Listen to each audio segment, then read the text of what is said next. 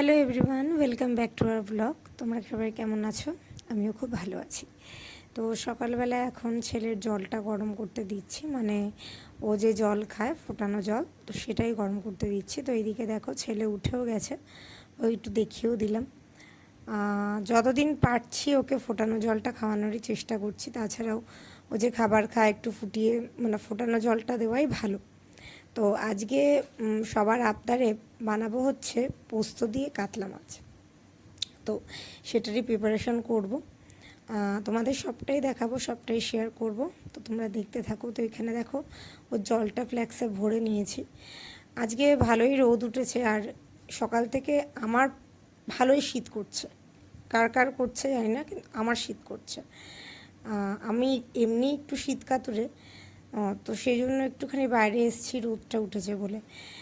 এখানে দেখো মাছের সমস্ত প্রিপারেশন যেগুলো করব আর কি। আলু, তারপরে লঙ্কা, এদিকে আদা নিয়ে বসে পড়েছি। সবাই পোস্তর মাছে আলু দেয় না, কিন্তু আমরা একটু আলু ভালো খাই, তো সেই জন্য দেব। সবার আগে পোস্তটাকে আগে ড্রাই রোস্ট করে নেব, আগে মানে ড্রাই রোস্ট না, ড্রাই পেস্ট করে নেব। ড্রাই পেস্ট করার পরে আমি পোস্তটাকে পেস্ট করি, মিহি পেস্ট করি, তাতে পেস্টটা ভালো হয়। তো পোস্তটাকে প্রথমে আগে ড্রাই পেস্ট করে নিয়েছি, তারপরে পোস্তটার মধ্যে আদা আর লঙ্কাগুলো দিয়েছি। লঙ্কাগুলো দিয়ে ভালো করে এবার মিহি একটা পেস্ট পোস্তটা করে নেব। তো করে নেওয়ার পর চলে যাব মাছের প্রিপারেশনে। তো আমার ব্যাকগ্রাউন্ডের মধ্যে যদি একটু ছেলের আওয়াজ পাও, তো আমি রাত্রেবেলায় ভয়েস ওভারটা দিচ্ছি, ওকে ঘুম পাড়াতে দিচ্ছি, তো একটু পেতে পারো। এখানে দেখো মাছগুলোকে নুন হলুদ মাখিয়ে রেখে দিয়েছিলাম, অনেকক্ষণ ম্যারিনেট করে রেখেছি যাতে নুন হলুদটা ভালো মতন মাছের মধ্যে ঢোকে। আমি প্রথমবার এই রেসিপিটা রান্না করছি, তো সবার ভালো লেগেছে। তোমরা বাড়িতে ট্রাই করতে পারো, এইভাবেও করতে পারো, কাঁচা মাছের মধ্যে ভাপিয়েও করতে পারো, যেটা তোমাদের ইচ্ছা। বাট আমি মাছ ভেজে করেছি। তো এখানে দেখো প্রথমে 5 পিস মাছ ভেজে নিচ্ছি, তারপরে বাদ বাকি 3 পিস মাছ ভাজবো। মাছ ভাজা কমপ্লিট, আর সেই মাছ ভাজার তেলের মধ্যেই আলুগুলোকেও ছেড়ে দিয়েছি ভাজার জন্য।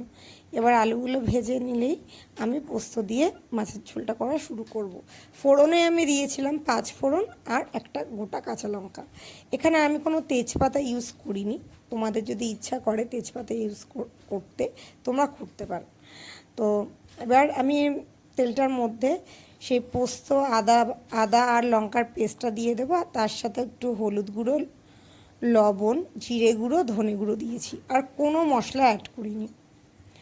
আর মাঝে মাঝে এবার জল দিয়ে ভালো করে কষিয়ে যখন ফুটে উঠবে তখন মাছটা আর আলুটা ছেড়ে দিতে হবে। তোমরা গামাখা করেও নামাতে পারো, তোমরা যদি মনে করো যে না তোমরা ঝোল হিসাবে নামাবে, তো ঝোল করেও নামাতে পারো। আমি মিডিয়াম রেখেছিলাম, কারণ একটু ঝোলটা লাগে, সবাই তো গামাখা খেতে পারে না, তো সেই জন্য আর কি। তো এখানে প্রায় আমার কমপ্লিট, ঝোলটাও ফুটে উঠেছে। ঝোলটা ফুটে উঠলেই আমি এর মধ্যে এবার দিয়ে দেবো হচ্ছে সবার আগে দেবো আলুটা, কারণ আলু সেদ্ধ টাইম লাগে, আলুটা সেদ্ধ হতে টাইম লাগে। তো সবার আগে আলুটাকে দিয়েছি, এবার দিয়ে দেবো ভেজে রাখা মাছগুলোকে দিয়ে আলুটা যখন দেখবো যে আমার সেদ্ধ হয়ে এসছে, তখন আমি নাবিয়ে নেব। আর ওই যে বললাম, তোমরা যদি একটু গামাখা করে করতে চাও গামাখা করে করতে পারো। এখানে আমি গামাখা করে করিনি, আমি একটু ঝোল রেখেছি, কারণ কি আমি ওই বাড়িতেও পাঠাবো, আগেই বললাম, তো সেই জন্য। তো সবার তো রেসিপিটা ভালো লেগেছে, তোমরা কিন্তু বাড়িতে রেসিপিটা বানিয়ে প্লিজ আমাকে জানাতে ভুলো না যে তোমাদের কেমন লেগেছে।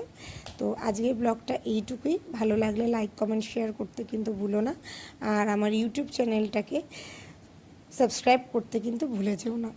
তো এখানে দেখো আমার মাছ একদম কমপ্লিট, এবার আমি নাবিয়ে নেব। এই যে আমাদের 3 পিস নাবিয়ে নিয়েছি, আর ওই বাড়ির জন্যও নাবিয়ে নিয়েছি।